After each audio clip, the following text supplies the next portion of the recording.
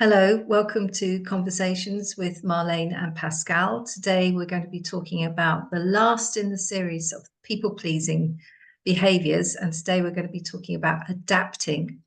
Before we do that, let's introduce ourselves. I'm Marléne Rose Shaw, therapist, coach and self-help author, and I love helping people with relationships and confidence and being that little bit more assertive. How about you, Pascale? Let's come over to you. Thank you. And just to say, Marléne, what an absolutely fantastic series this has been. It's really been received very well and it's really informative. So thanks for sharing all of your knowledge and wisdom on people pleasing.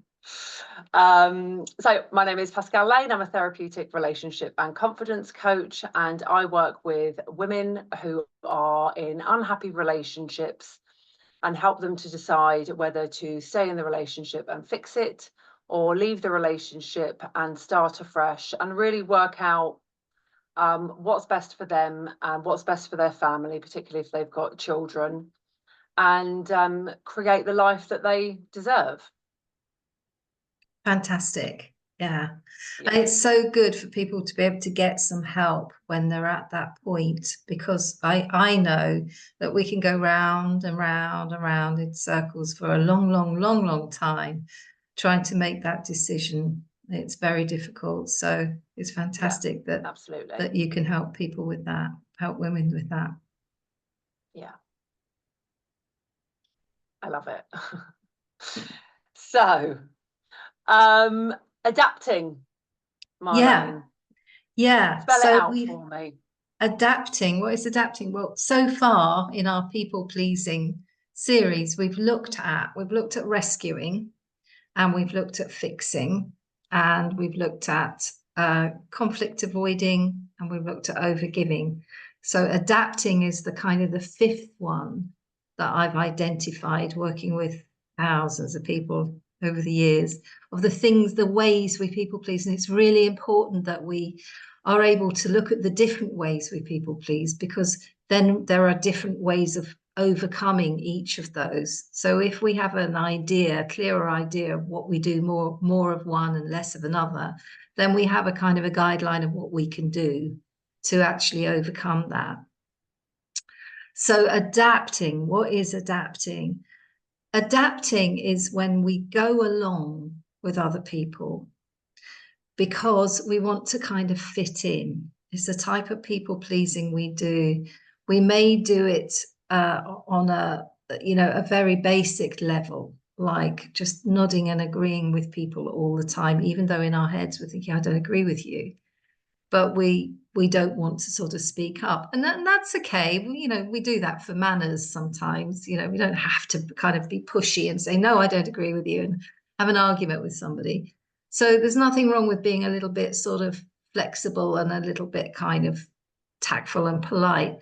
But if we're often just agreeing with people, then what we're doing is we're kind of adapting our persona to fit in with them, because we don't want to show ourselves. We're too worried about showing ourselves because they may not like it, they may not approve of it, they may shun us or reject us in some way. And it's, as with all of people-pleasing behaviors, it's all about avoiding that rejection. It's the child within avoiding that rejection. So that's a kind of, but we also adapt in other ways, like not speaking up if friends keep changing schedules for meetings or, things they want to do. And we just say, oh, all right, then I'll go along with that. Then, we're adapting. We're not making our own choices or letting people know. We're not making it clear to other people that we have ideas about ourselves and what we want and what we prefer in life. We're just sort of going along. And actually, as I'm writing in my book at the moment, one of the things I'm saying is there was a time in my life back in the day, years ago, where I used to say, well, I'm great. I'm like a chameleon. I adapt to other people. I get on with everyone, I used to say, as if it was a good thing. But actually, it's not necessarily a good thing, because it means that you don't have your own identity. And it took me time to grow and mature and and form my own identity and feel comfortable to say, yeah, I agree with that, but that's perhaps not my choice. And to feel confident to say that to people. And people sometimes do it in couples relationships as well. They'll adapt to their partner because they're worried about speaking up in case their partner leaves them, or, you know, sometimes people might want something more from a relationship than the other person does, but they won't let on, and they'll pretend that they're happy for things to be maybe more casual when really they want a more intimate, more committed relationship, but they're worried about losing the person. So we can adapt in very basic ways right through to quite, you know, sort of more intense ways. Yeah, so it's a combination then of not advocating for yourself, kind of pushing yourself down to the bottom of the list, but with a theme of rejection and abandonment, or fears of rejection and abandonment. Yeah, it all comes down to that. Ultimately, all of our people pleasing comes down to a fear of, you know, rocking the boat and being abandoned. And it's that child within that is worried about and worried in a way that they don't need to be, because generally as grown-ups we you know, we operate in a different way to the way, you know, that children do. And actually, if we do assert ourselves, or we do, you know, make our needs clear or our opinions clear, generally, you know, people aren't going to reject us and never speak to us again. But the fear is unfounded within us. So will it always stem from abandonment from a primary caregiver, or are there other reasons why people might do this? I think, you know, what tends to happen is that we have our early experiences and then we build on those. So quite often it'll be start out in childhood, but then we'll have other experiences as we're growing up, when we go to school, go to college, go out into the world, go into the working world, form relationships, maybe family relationships in, you know, with adults, that just seem to reinforce that. Because what we do is we look for evidence. Because we learned something as a child, we become programmed to look for evidence. And so we say, that must mean that I'll be abandoned or I'll be rejected, so I better agree. Or we might sometimes observe people, you know, growing up. We might observe family members who are behaving in certain people-pleasing ways. They may be adapting. We might see mum adapting to dad, or vice versa. Or there may be somebody in the family who is quite a dominant person, and family members sort of adapt to their, you know, agree with them and go along with them. So we'll observe that and we'll integrate that into our psyche and then learn from that perspective as well. Yeah, so interesting. And something I come across as well is when somebody has been to a lot of different schools and moved around a lot growing up, and they've always been the new kid, and they found it hard to fit in and hard to make friends, so they will have learned to adapt. And I've worked with a number of clients who maybe took up some, you know, behaviors that weren't helpful, like, you know, doing a lot of drugs or something with the crowd at school, because they wanted to adapt to fit in because they were the new kid. So that tends to happen as well. Yeah. So if somebody was thinking, gosh, maybe this is me, maybe I'm an adapter, what would be the things that they're most looking out for? I think we all do all of these people-pleasing things from time to time, and that's life, you know, that's fine. It's about noticing if we're doing it too often, or to the point that it's impacting our happiness and our well-being and our relationships. So you know, if you notice you're adapting, don't sort of think it's a huge problem, But just with the first thing is always to be aware of these things, because once we're aware of them, we start to change them anyway. So that's step one, isn't it? Yeah. But if you know, if you're thinking, I just don't feel comfortable with this particular way, that this habit I've got, and I'd like to change it, the one thing we can do is to actually, you know, you can notice it first, because you'll have a voice inside your head when you say yes and go along with somebody. You'll have a voice inside your head that's saying, it's not what I want. You'll be saying something and you'll be thinking something else, and you'll know.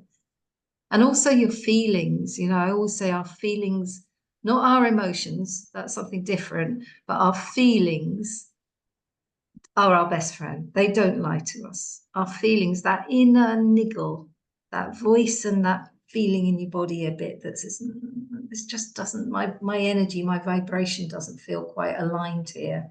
There's something not quite right, you know. It's kind of an intuitive thing. And it will tell you, you know, that kind of like, I've gone and done and agreed to this again, and I really didn't want to. And every time I do this, why do I do, you know, we've got that. So we'll know we're adapting.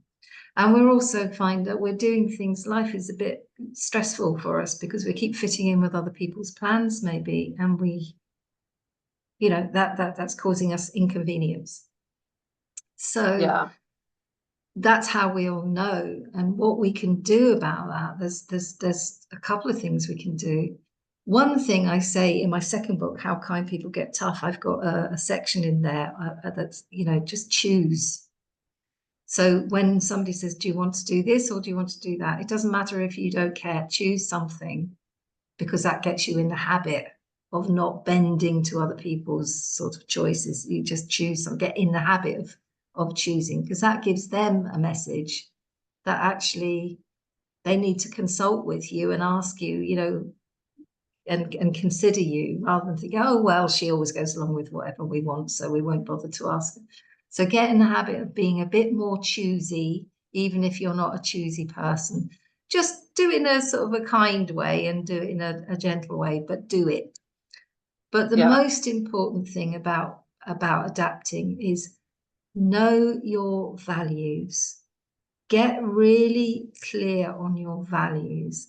And we all have values. We have values like, you know, I want to be honest. I value honesty. I value kindness. You know, we have these big, broad values that hopefully all of us aspire to. But then we have other values as well that are more personal to us. And actually, the more we get to know our values, the more we know ourselves. Values are a big part of self-knowledge. They really give us a guide of who we are. And the more we have that sort of clarity on who we are, the more confident we feel at actually putting that forward and communicating, expressing that to other people.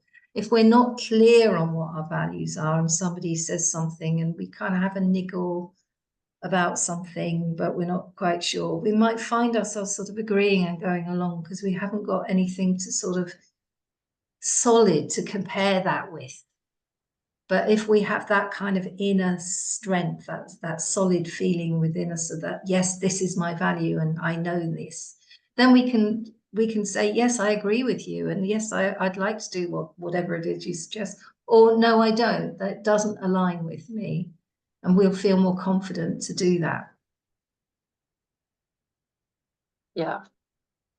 Yeah. And confident is the right word, because I think when we advocate for ourselves, that actually improves our self-confidence. Yeah. Yeah. It's like a direct knock-on effect. Yes, it does. It does. You know, the more the clearer we are on our values, the more confident we feel to express those values to people. And the more we do that, the more regard we get, the more respect we get. And then that increases our confidence. And so it just can only get better, really. Yeah. And people can know their values. If you know, if somebody's watching this and they think, well, how do I know my values? I sort of know, but I don't know. And that's the thing, we often sort of know, but we don't stop and think about it. And it's the act of stopping and thinking about it that gives us that clarity and that confidence. And a good ways to figure out your values. There's lots of ways. I mean, there's loads of lists on websites of values that you can, sort of tick off. But I always say a really good ways to know your values is to think about what really inspires you and makes you happy and what really annoys you. And the next time you feel really annoyed about something, then that's a value. Or the next time you feel really enthused and inspired, that's a value. And you can look at other people that you really admire and think, well, what is it about them that I really, or people perhaps you don't admire, and what is it about them that I don't admire? And that gives you a really good guide to your values. That's a really good point. Yeah, absolutely. Absolutely. Fabulous. Okay, wonderful. Is there anything else that you wanted to add to that, or can you tell people how to find out more about your quiz and how to sign up for your newsletter and anything else that you've got to give away? Yes, I love giving away this stuff. So that kind of wraps up our series on the people-pleasing types. The new book, Courage to Be You, which I'm just busy writing away at the moment at the laptop, covers these. It covers these 5 types of people-pleasing and goes into them in a lot more depth. And there's case studies, lovely case studies in there as well. And actually the flip side of that, what we get, the being you, being our true, authentic self, when we let go of this people-pleasing, all the benefits we get from that. So the quiz, there'll be a link in the comments to the quiz. And when you take the quiz, you'll get a percentage score for each of those 5 types of people-pleasing. And most people score, reasonably high for all of them. But there'll be some that are more than others. And the reason is because we all people please. But it's about actually making life so much better and making our relationships so much better when we just tweak those habits and we don't do that so much. So when you take the quiz, you'll see perhaps you do more rescuing or more adapting or more overgiving and perhaps less of one or two of the others. And then when you take the quiz, you'll be taken to a guide that tells you, as I've been saying in these videos, the things you can do to actually stop doing those particular people-pleasing habits. Yeah. And like you said, it's just having that awareness, isn't it? Yeah. When you can actually see something quite clearly, you do naturally just adjust and adapt, but awareness is key, I think, for so many things, so many areas of life. Absolutely. We need to be able to see it if we're going to change it.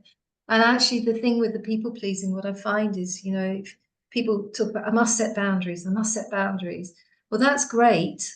And boundaries are great, particularly if you tend to rescue a lot, but they might not be so good if you're perhaps adapting, because first of all, you need to understand who you are. You can't set boundaries and feel confident if to set those boundaries if you're not sure what those boundaries are, and those boundaries come from knowing your values. And for example, if if you're inclined to avoid conflict, saying, well, I must set boundaries, well, that's very difficult if you're feeling fearful about conflict. So first of all, you need to manage your emotions. So there's a sort of a kind of a remedy for each one of these 5 people-pleasing behaviors that works better to actually focus on that first before you get into the setting boundaries or the communication, or there's different things that work for different types of people-pleasing. And it's a good idea to be aware of what you're doing, what your habits are. That's why I set up the quiz. It's very popular. Yeah, very. Yeah, it's brilliant. Wonderful. Okay, Marléne. So thank you very much. Like I said at the beginning, it's been a fantastic series. It's been very well received. So thank you for sharing your wisdom. And I think we muttered that we would maybe be exploring either together or separately boundaries at some point in the near future. So we can bear that in mind as well. But for now, thank you very much. Thank you, Pascale. Soon. See you next time. Bye-bye. Bye.